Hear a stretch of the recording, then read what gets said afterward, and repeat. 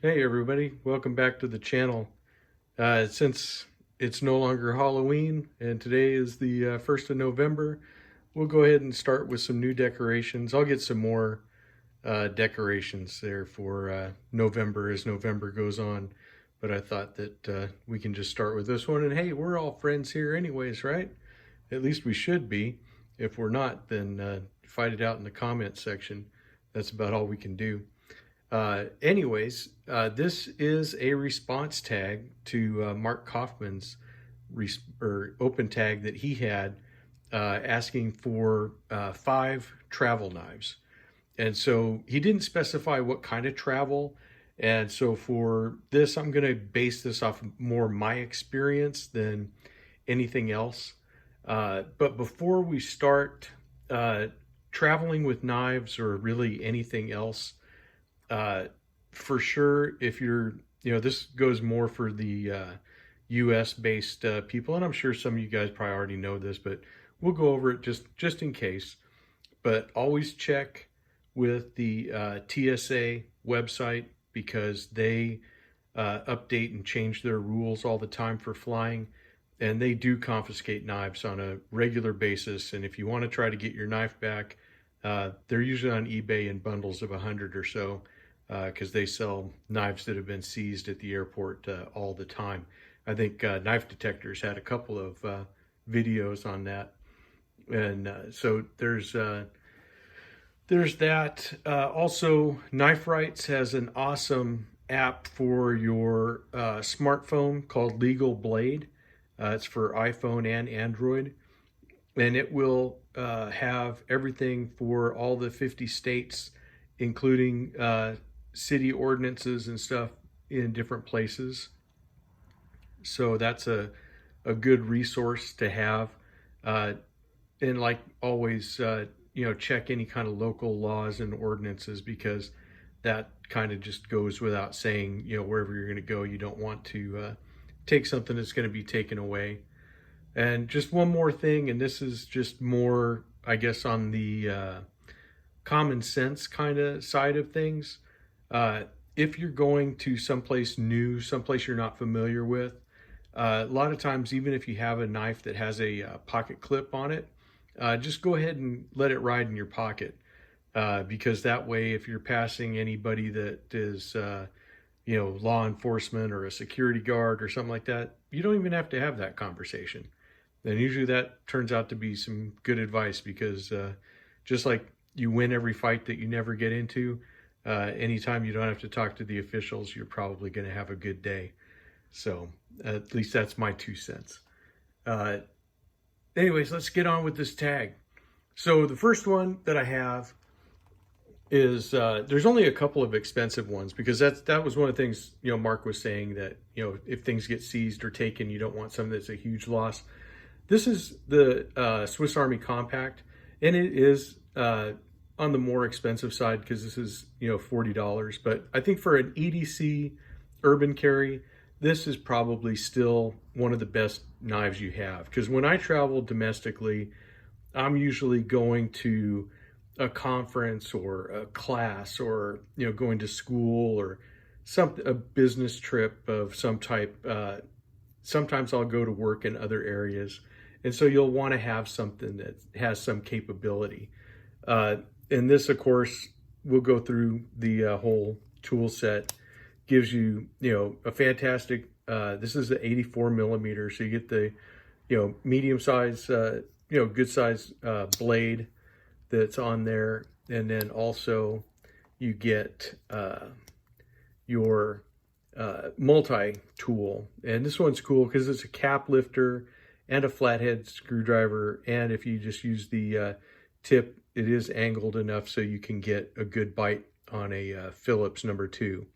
So that's always a handy kind of a tool. I do like having that. Also, this gives you the really good size scissors. Scissors are what these are called. Sorry, I'm used to my multi-tool episode yesterday. So many multi-tools and not enough time. But yeah, here's the scissors, and of course that's an excellent pair of scissors. On the back, you do have the corkscrew, and then you can unscrew this, and that will give you the little baby screwdriver here, which is great for eyeglasses and stuff like that. And so we'll put that back. Of course, you get the straight pin in there. That's good for, you know, anything that you might need a pin for. Of course, I can't get it on camera. There we go.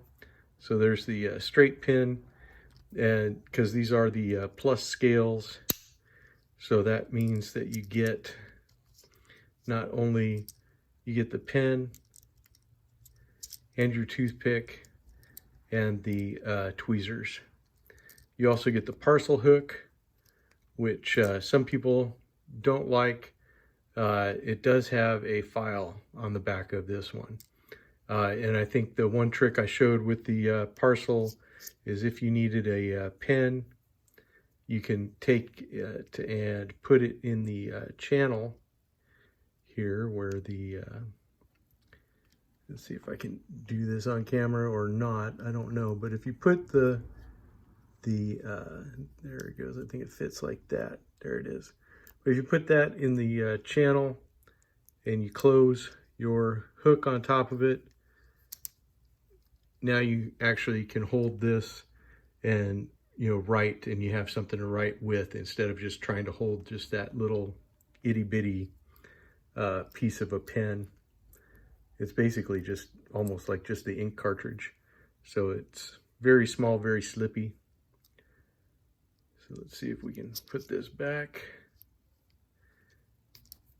So that's it for this particular tool. Like I said, this is very good urban EDC. I don't think it can be beat. You know, if you're gonna go out in the woods and stuff and you want to have a saw, that's fine. But like Mark did, he had some larger choices and some smaller choices. So when I think of a Victorinox or a Swiss Army knife, the SD Classic is always a good travel companion. Very lightweight. You do get some capable scissors with that. And then you also have your little small pen blade, and you have a usable file, small screwdriver. Typically, I'll always have one of these on my keys. When I fly, I throw all my knives into my shaving kit, and that's a much better place to put all that kind of stuff. Next one is if you really kind of wanted to go more minimalist and you just wanted a knife, just to have a knife. And I know you'd have to look at length restrictions, but the Case Slimline Trapper is a really nice blade. And this is, again, a knife that's not going to shock people or make them freak out, you know, saying, you know, you got some kind of a weapon, and it makes a perfectly suitable steak knife if you wanted to have that.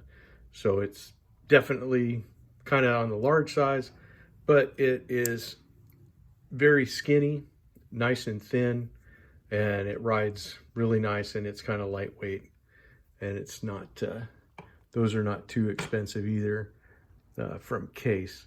So then as a, let's see, the companion or small one to that is a guy, I took this on my last vacation. If you saw my Instagram, this little old timer, this was what went with me when I went over to the coast, because I didn't think I'd need any kind of serious cutting tasks, but I'm not going to go anywhere without a knife of some type. So with this and the Classic SD, I felt like I was pretty much prepared for anything. But if I needed anything bigger, you know, we were driving in my personal car, so I did have a multi-tool in there, and I did have another knife as well. So, you know, that was basically, I was covered, at least in my mind, for that. But if you want to be covered for just about anything from our multi-tool episode yesterday, we'll go with the Skeletool. This is a good lightweight tool. It does have a pocket clip if you choose to use the pocket clip. Like I said, if you're traveling somewhere where you're not familiar, it may be better not to use it. But this gives you a handy blade, and this is the CX, so it has the 154 cm blade liner lock, you know, so you'd have to look and make sure locking tools or locking knives are okay there. You have your pliers, you have your screwdriver, you have the extra bit that you can carry with you right there. Bottle opener, clip if you want it. The nice thing about carrying multi-tools like that is because they are a tool. They are, you know, basically nobody is excited about the sight of a multi-tool coming out because, you know, everybody has one. It's like you can't shake a stick and not find one in an office building somewhere. But if you wanted to go minimalist, again, here you go is the Leatherman Style CS. Very similar in the styling, like the Skeletool. It has this little cap lifter here and a clip so it won't get lost. You do have your little blade here, which is a capable little knife. You also have a pair of tweezers that's buried down in here.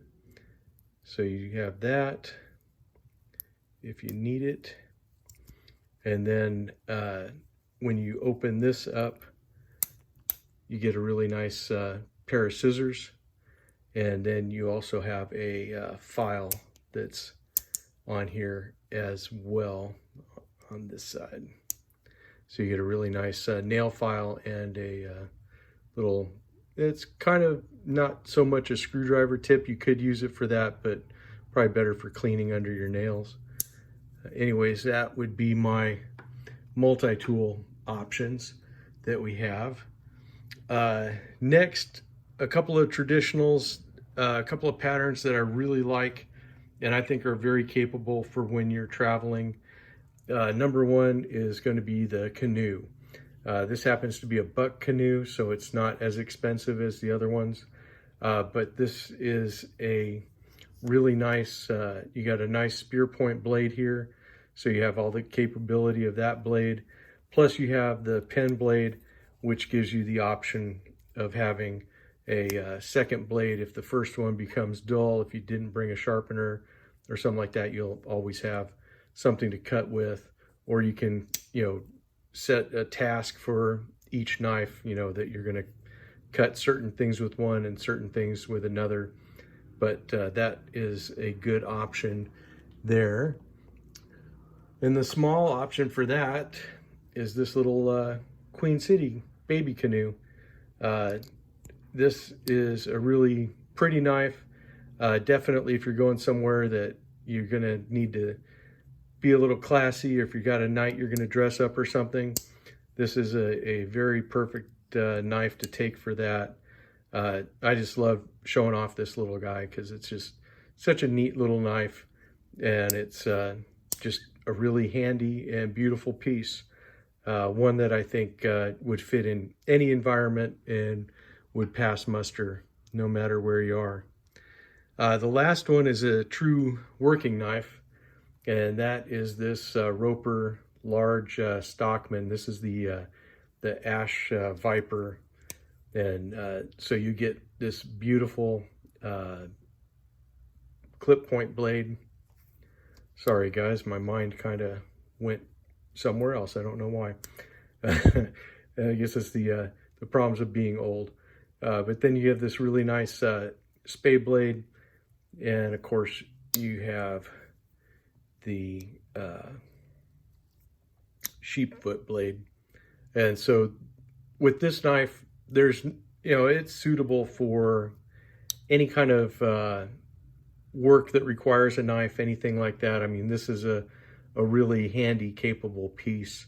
One that not only looks good, but this has the ability to really function very well as a working knife. As you can see, it's as large as the multi-tool, you know, just a little bit smaller. So then our next piece that will go with that would be this old timer that is in bone. This is the 340 OTB. So you still get a really nice size clip point. And this one is one of the newer Chinese models, but it also is a classy piece. So you have the 3 blades. These have match strike pulls. They have ringed bolsters. You know, they just these really look nice, and I really love the bone.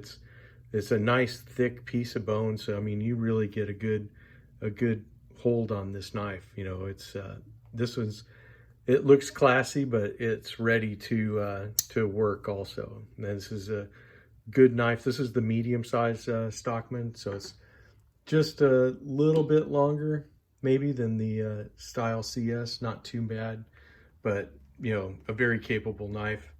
Of course, the wild card, you saw it over here on the side, is the good old green Hornet. This is just a fun little knife. If you can have an assisted opening knife, if you want to go minimalist, this is minimalist. This has been a fun little knife.